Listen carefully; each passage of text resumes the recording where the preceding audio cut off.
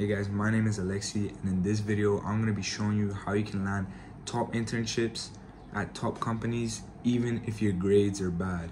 So without further ado, let's get straight into it. So the first part of this video, I'm going to be talking about identifying opportunities. So since I'm still a student, I'm under 18, my school actually helped me a lot in getting my internships.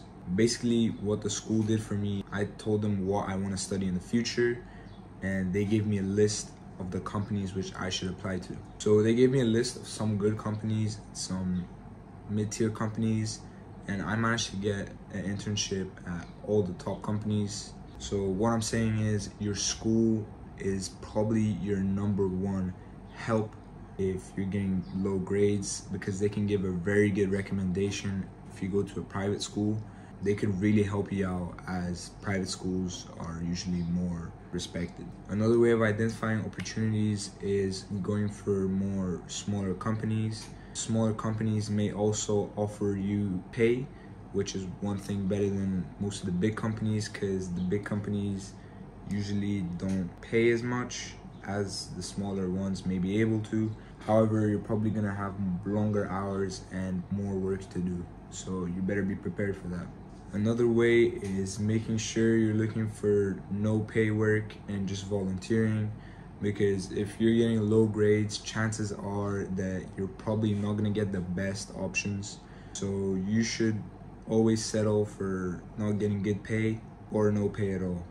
And the last one is use online platforms like LinkedIn. LinkedIn helped me get so many internships, so many job opportunities. I feel like every student at this age should have a LinkedIn. I'm gonna leave my LinkedIn in the bottom of the description so you guys can go check out.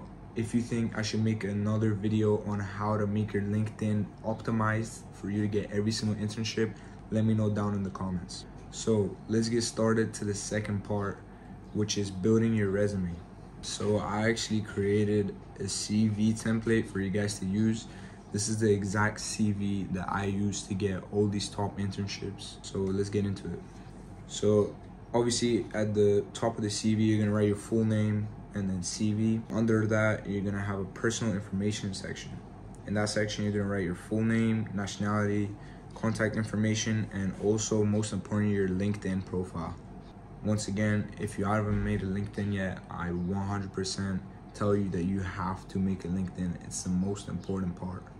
Now the education section, here you put in your education and what type of exams you're doing. I added a demo grade there, mathematics grade A. See, I know you guys have low grades, but you still have to show your grades. And the good thing about it is you don't have to put all of your grades down. Just put your best and that will make it do. So as you can see, I had 2 sections because I did GCSEs last year, and then this year I'm doing A-levels. Because I haven't done A-levels yet, I did not add my grade below there. Then, which is probably the most important part of the resume, is work experience and projects. So I'm actually gonna show you the work experience and projects which I had, and we're gonna go over it. As you can see from my work experience and projects, I run a web design agency, and here you can see the type of language that I'm using when I'm describing what I did in these projects. And I also included below the internship and work experience which I got through networking. And make sure you guys include every single thing that you did. It can even be being a prefect at your school or doing some volunteering work. Literally anything you've done, make sure you put it in there because it's so important. And as you can see, the third one, I also had another agency which I'm no longer part of anymore. And just kind of look at all the language I'm using and see the importance of using this type of language. So the last bits are going to be the skills and languages. I'm going to go over my CV for that so I can show you guys what I put. So for the skills section, because I have a web design agency, I added copywriting, web development, SEO, and communication leaderships, as I'm a co-founder and I also had another internship at a different firm. Therefore, knowing that I can already work in this type of environment, it makes it much easier to already get me as a candidate. The languages section, I know 4 languages, and make sure you put The proficiency there, it's very important.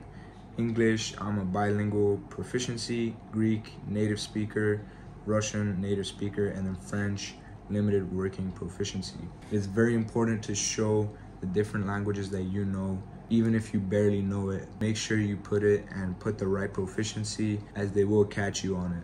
And the last part, personal interests, hobbies that you may have. This is also very overlooked. I think every student should put this in there so they can know that you're not just a boring dude and you actually have interests. For example, me, I'm a student athlete and I put in that I'm a basketball player. I actually had an interview with a firm and I think it may have been a deciding factor that I just had other interests. So that's done for the resume or CV section. And now the last section that we're gonna go through is the interview part of getting an internship. So before every interview, you have to be ready. And the number one thing before you go into interview is research about the company. You gotta understand their values, different things that they achieved, and honestly just have at least an idea of the company. The second thing I'd say is for sure have some questions to ask them already, and at the end of the interview, make sure you ask them, because that may be the deciding factor, showing that you're actually interested in them. The third part is when they ask you questions, make sure you highlight your achievements and what you've done with them. This is definitely the most important part when they're going to be interrogating you and asking questions about what you wrote in your resume. The fourth most important part is practice interview questions. You can find interview questions on TikTok and other social medias. If you guys think I should create a video on going over these questions, let me know in the comment section and I'll do it. And the final part of the interview is make sure you follow up after the interview. This is so important. Make sure after the interview you send them a thank you email or anything. As long as you send them something after the interview, you're gonna be in good hands. I actually have a prompt that I use every single time I send the email. If you guys want that prompt, send me a message on Instagram and I'll be sure to send it to you for free.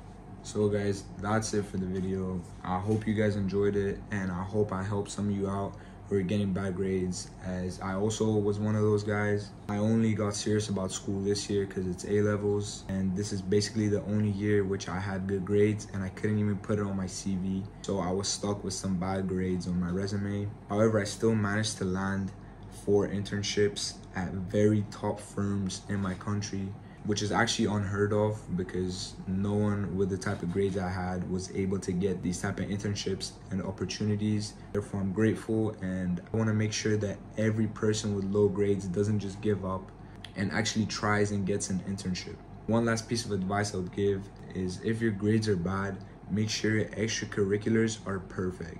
What I mean by that is volunteer, do any other work, do extra competitions. You don't understand how much this helps. This was probably the deciding factor of me getting an internship.